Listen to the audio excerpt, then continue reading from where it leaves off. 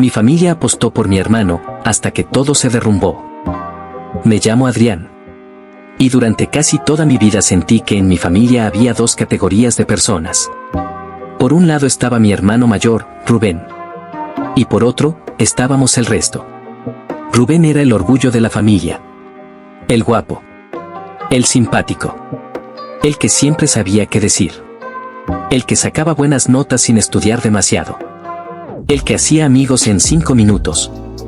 El que, según mi madre, había nacido para algo grande. Y luego estaba yo. Yo era el hijo responsable. El tranquilo. El que nunca daba problemas. El que ayudaba en casa. El que estudiaba. El que se callaba. Durante mucho tiempo pensé que eso era normal. Que todas las familias tenían un favorito. Que era una de esas cosas que nadie dice, pero todo el mundo sabe. Lo que no sabía era hasta qué punto esa diferencia iba a acabar destrozándolo todo. Mis padres nunca fueron malas personas. Y eso es lo peor.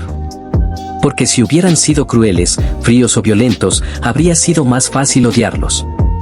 Pero no. Simplemente estaban obsesionados con Rubén. Si Rubén suspendía, era porque el profesor le tenía manía. Si yo sacaba un 10, era porque bueno, Adrián siempre ha sido estudioso. Si Rubén jugaba un partido mediocre, todos iban a verle. Si yo ganaba un concurso de escritura, casi nadie preguntaba cómo había ido. Recuerdo una vez, tendría unos 11 años. Había estado semanas preparando una maqueta para el colegio. Era enorme. Me pasé tardes enteras haciéndola. Había montado una ciudad entera con cartón, luces y figuritas. El día de la exposición gané el primer premio. Volví a casa emocionado. Mi madre me dijo: «Qué bien, cariño. Déjala en tu cuarto, que Rubén tiene partido y vamos a llegar tarde». Y se fueron. Yo me quedé solo en casa, mirando la maqueta encima de la mesa del comedor. Todavía me acuerdo de eso. Porque hay momentos pequeños que, cuando eres niño, te enseñan exactamente el lugar que ocupas. Con los años, Rubén empezó a cambiar. O quizás siempre fue así y simplemente dejó de disimular. Era arrogante. Impulsivo. Gastaba dinero como si nunca se fuera a acabar. Pero tenía una capacidad increíble para hacer que todo pareciera culpa de otro. Si se peleaba con una novia, era porque ella estaba loca. Si lo echaban de un trabajo, era porque no valoraban su talento. Si pedía dinero prestado y no lo devolvía, siempre tenía una historia. Y la gente le creía. Especialmente mis padres. Mi padre repetía siempre la misma frase: «Rubén tiene carácter. La gente fuerte es así». No. No era carácter. Era egoísmo. Pero nadie quería verlo. A los 23 me fui. No por una pelea. No por drama. Simplemente encontré trabajo en otra ciudad y me marché. Fue raro porque, cuando me fui, nadie pareció demasiado afectado. Mi madre lloró un poco, claro. Pero más por costumbre que por otra cosa. Mi padre me dio 2 palmadas en la espalda. Rubén ni siquiera vino a despedirse porque había quedado. Y durante un tiempo pensé que era lo mejor. Empecé desde cero. Un piso pequeño. Un trabajo mediocre. Muchísimas horas. Pero era mío. Por primera vez en mi vida, todo lo que conseguía era porque yo lo construía. Siempre me había gustado cocinar. Desde pequeño. Mientras Rubén jugaba al fútbol o salía con amigos, yo me quedaba viendo recetas con mi abuela. Ella era la única persona de la familia que me hacía sentir visto. Cuando murió, me dejó una libreta llena de recetas escritas a mano. Y años después, esa libreta se convirtió en una idea. Abrir un pequeño local. Nada enorme. Era domingo. Mi madre había preparado paella. Rubén llegó tarde, como siempre. Y cuando nos sentamos, aproveché para contarlo. Estoy pensando en abrir un restaurante pequeño. Mi madre sonrió de forma rara. ¿Un restaurante? Sí. Algo pequeño.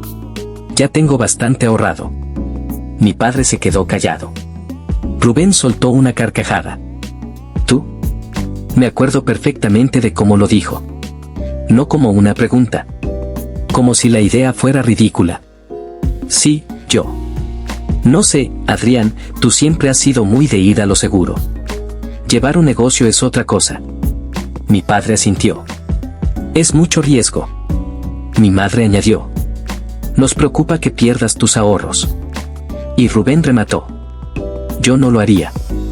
Ese mismo día, durante el postre, Rubén anunció que quería montar una empresa de eventos con 2 amigos. Y fue increíble. Porque de repente todos estaban emocionados. Mi padre preguntando planes.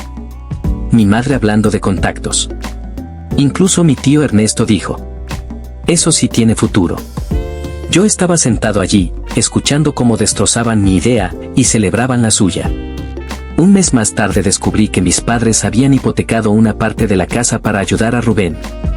30.000 euros. 30.000. A mí nunca me habían dado nada. Ni siquiera les había pedido dinero. Pero dolió. Porque no era el dinero. Era el mensaje. A él sí. A ti no. Cuando se lo reproché a mi madre, me dijo. Es diferente. Nunca olvidaré esa frase. ¿Diferente cómo? Rubén necesita más apoyo. ¿Y yo no? Tú siempre has sabido arreglártela solo. Eso destruye a una persona más de lo que parece. Porque te conviertes en tu propia prueba. Como puedes solo, dejan de ayudarte. Poco después conocí a Sara. Y si esta historia no termina peor, es gracias a ella. Sara trabajaba conmigo. Era inteligente. Directa. Tenía esa forma de mirarte que hacía imposible mentir. Cuando le conté lo del restaurante y lo de mi familia, se enfadó más que yo. ¿Y aún así sigues buscando su aprobación? No supe qué responder. Porque tenía razón.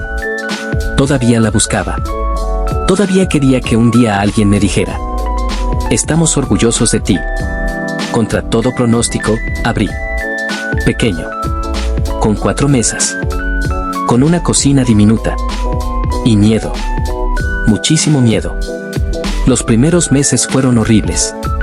Dormía poco. Ganaba menos. Hubo días en los que pensé en cerrar. Pero poco a poco empezó a funcionar. La gente volvía. Recomendaban el sitio. Y algo que empezó como una locura, empezó a parecer una vida. Mientras tanto, Rubén iba cada vez peor. La empresa de eventos no funcionó. Sus amigos se fueron. Se gastó dinero que no tenía. Pidió préstamos. Y aún así, mis padres seguían justificándole todo. El golpe más fuerte vino 2 años después. Mi restaurante ya iba bien. Incluso estaba pensando en abrir otro local. Y un día mi madre me llamó llorando. Tu padre está muy mal. Fui corriendo. Cuando llegué, descubrí que tenían deudas enormes. Rubén había pedido créditos usando a mis padres como avalistas. Más de 80.000 euros. Y no podía pagarlos. La casa estaba en riesgo. Mi madre no dejaba de llorar. Mi padre parecía 10 años mayor. Y entonces llegó la frase. La frase que lo cambió todo. Necesitamos que nos ayudes. No si puedes. No lo sentimos. No. Necesitamos. Como si fuera mi obligación. La discusión. ¿Y Rubén? Está pasando un momento difícil. Siempre está pasando un momento difícil. Mi padre se enfadó. No hables así de tu hermano. Y ahí exploté. Por primera vez en toda mi vida. Les recordé todo. Todo. Las veces que me ignoraron. Las veces que me compararon. Las veces que apostaron por él. Les dije que llevaban 30 años tratando a Rubén como si fuera especial, y a mí como si pudiera soportarlo todo. Mi madre lloraba. Mi padre me miraba como si no me reconociera. Y Rubén ni siquiera fue capaz de mirar a nadie a la cara. Yo podía ayudar. Ese era el problema. Podía. Tenía dinero suficiente para salvar la casa. Y durante días no dormí. Porque una parte de mí quería decir que no. Quería ver qué pasaba cuando, por una vez, no era yo quien arreglaba el desastre. Pero también estaban mis padres. Y aunque me habían fallado, seguían siendo mis padres. Sara me dijo. Ayúdales si quieres. Pero no confundas ayudar con dejar que vuelvan a utilizarte. Al final acepté. Pero puse condiciones. Rubén tenía que firmar un documento comprometiéndose a devolver cada euro. La casa quedaría a nombre de mis padres y mío. Y él no volvería a tocar ni un céntimo. Se puso hecho una furia. ¿No te fías de mí? Me reí. Literalmente me reí. Porque era la pregunta más absurda que había oído nunca. Durante meses apenas hablé con nadie. Mis padres estaban avergonzados. Rubén me odiaba. Mi madre intentaba actuar como si nada. Pero ya no era igual. Porque hay cosas que, una vez las ves, no puedes dejar de verlas. Ya no podía fingir que no tenía favorito. Ya no podía fingir que me querían igual. Y ellos ya no podían fingir que no lo sabían. Un año después, mi madre me llamó. Estaba sola. Me dijo algo que nunca pensé escuchar. Lo hicimos mal contigo. Silencio. Pensábamos que eras fuerte. Que no nos necesitabas. Y por primera vez, sonaba sincera. Pero eso no justifica nada. Lloró. Yo también.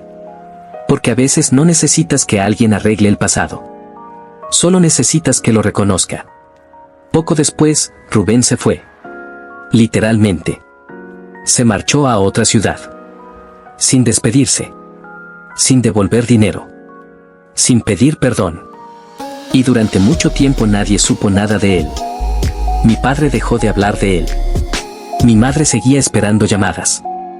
Pero poco a poco, la casa se volvió más tranquila. Más honesta. Hoy tengo 2 restaurantes. Sara y yo estamos prometidos. Mis padres vienen a verme algunos domingos. No es perfecto. Nunca lo será. Pero es real. A veces mi madre se queda mirándome mientras trabajo. Y noto en su cara esa mezcla rara entre orgullo y culpa. Y supongo que eso también forma parte de querer a alguien. Hace unos meses, recibí un mensaje de un número desconocido. Era Rubén. Solo decía: supongo que al final eras tú el que iba a hacer algo grande. No respondí. Porque ya no necesitaba hacerlo. Porque durante años pensé que mi familia me había roto. Y al final entendí algo. No. Solo me obligaron a construir solo. Y aunque dolió muchísimo, también fue lo que me salvó. Hay una parte de la historia que nunca cuento porque es la más difícil de explicar. La gente piensa que el favoritismo en una familia es algo evidente. Que pasa una vez, 2 veces, y ya. Pero no. Lo peor es cuando sucede en cosas pequeñas. Todos los días. Durante años. Como cuando mi madre me pedía que recogiera la mesa mientras Rubén se iba a jugar a la consola. O cuando yo tenía que ayudar a mi padre a pintar la casa y Rubén desaparecía porque había quedado. O cuando llegaban los cumpleaños. Rubén siempre tenía regalos enormes. Bicicletas. Consolas. Ropa cara. Yo recibía cosas más pequeñas. Y no porque me importaran los regalos. Sino porque incluso ahí había diferencia. Recuerdo una Navidad en concreto. Yo tenía 14 años. Rubén 17. Llevaba meses diciendo que quería una cámara de fotos. Me encantaba hacer fotos. Iba a todos lados con una cámara vieja que me había dado mi abuelo. Cuando llegó Navidad, abrí mi regalo y era una bufanda. Bonita, sí. Pero una bufanda. Rubén abrió el suyo y era una moto de segunda mano. Mi padre le abrazó. Mi madre lloró de emoción. Y yo sonreí. Porque aprendes a sonreír. Aprendes a fingir que no pasa nada. Porque si dices algo, te conviertes en el egoísta. Mi abuela Carmen sí lo veía. Nunca decía nada delante de mis padres. Pero cuando nos quedábamos solos, me hacía preguntas. ¿Estás bien? Y yo siempre respondía que sí. Porque cuando eres niño no sabes ponerle nombre a las cosas. No sabes decir me siento menos querido. Solo sabes que hay algo que duele. Una vez, tendría unos 15 años, mi abuela me encontró llorando en el patio. Rubén había roto una de mis libretas. Yo escribía mucho. Historias. Ideas. Cosas tontas. Y él, en una discusión, me la rompió delante de mí. Mi padre dijo: no exageres, Adrián. Mi madre dijo: tu hermano está nervioso.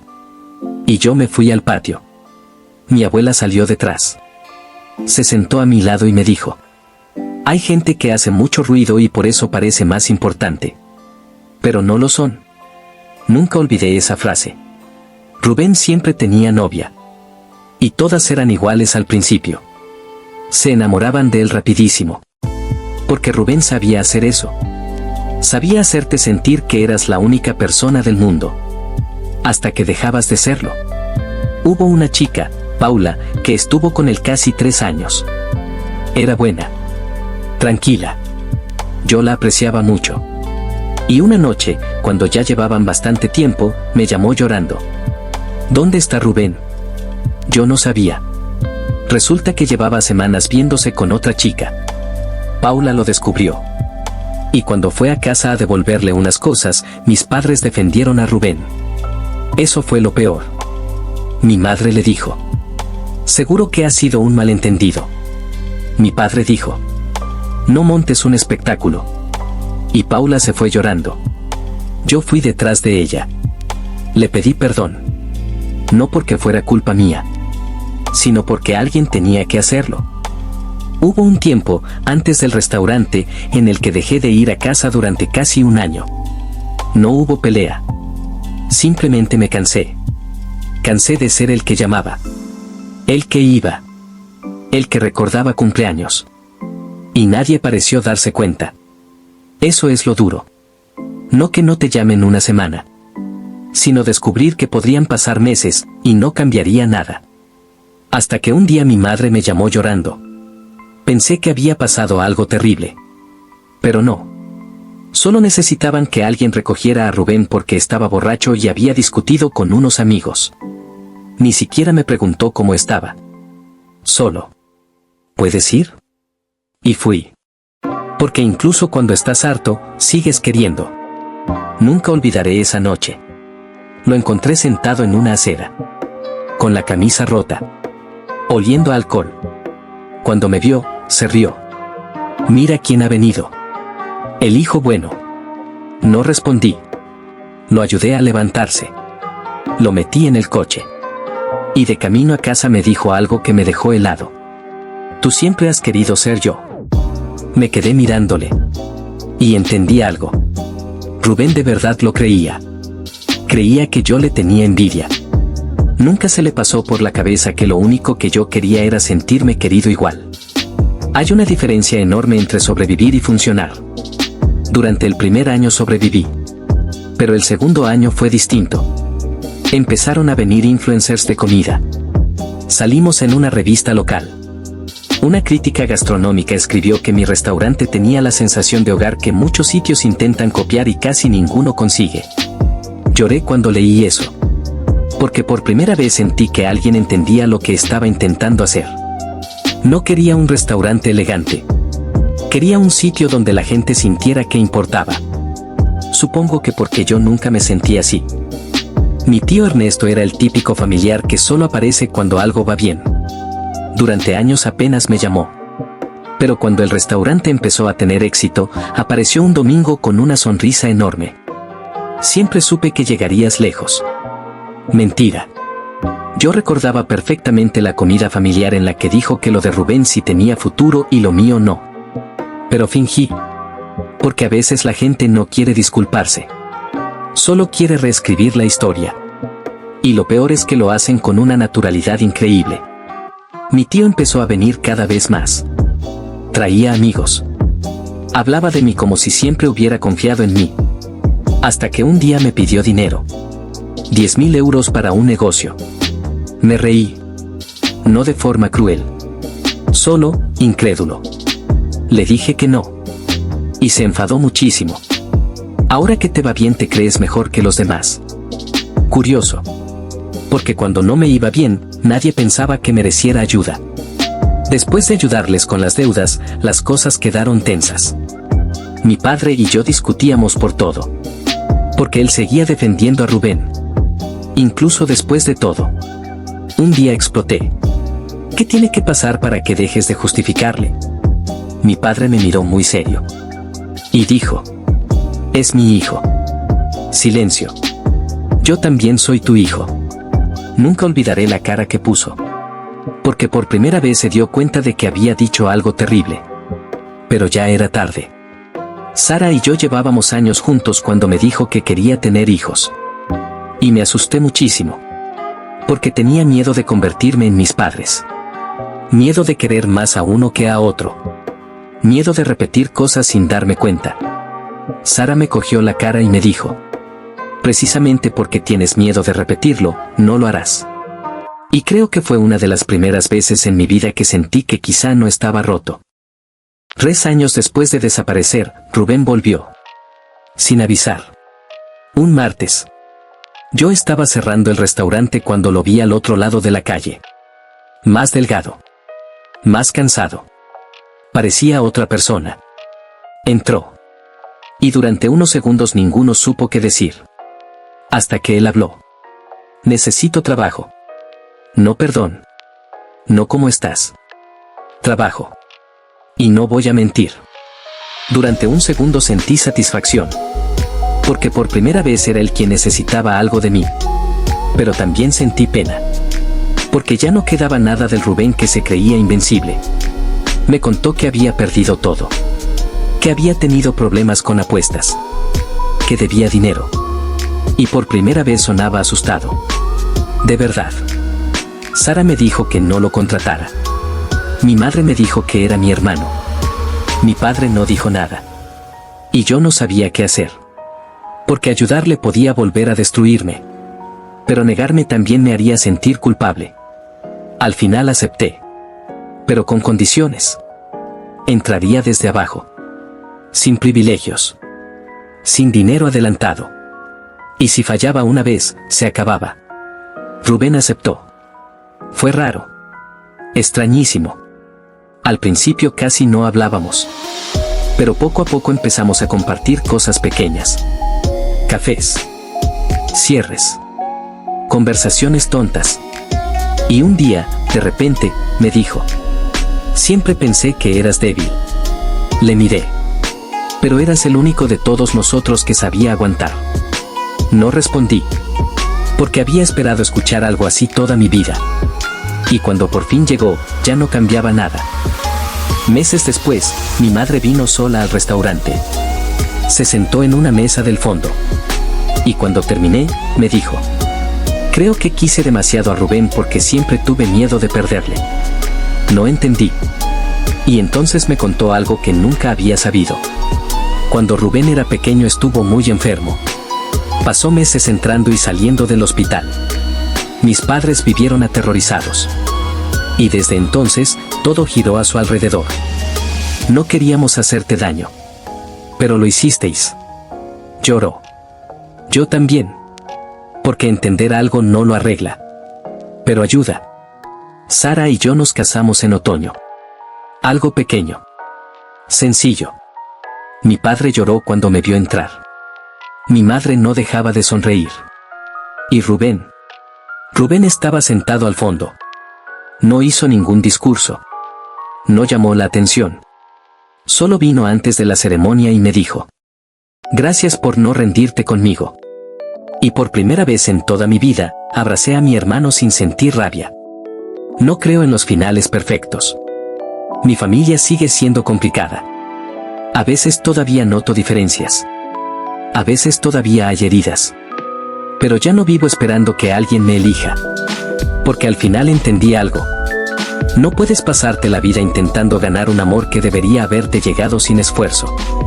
Y cuando dejas de perseguirlo, empiezas a construir algo mucho mejor. Algo tuyo.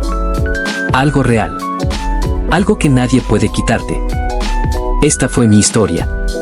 Supongo que durante años pensé que mi familia me había roto. Que me habían hecho menos. Que habían elegido tantas veces a otra persona por delante de mí, que al final yo mismo empecé a creer que valía menos. Pero no. La realidad es que simplemente me dejaron solo demasiado pronto. Y aunque eso duele, también te obliga a aprender cosas que otras personas nunca aprenden. Aprendes a levantarte solo. Aprendes a construir solo. Aprendes a no depender de que alguien te diga que está orgulloso de ti. Porque llega un momento en el que ya no lo necesitas. Y supongo que eso fue lo que me pasó.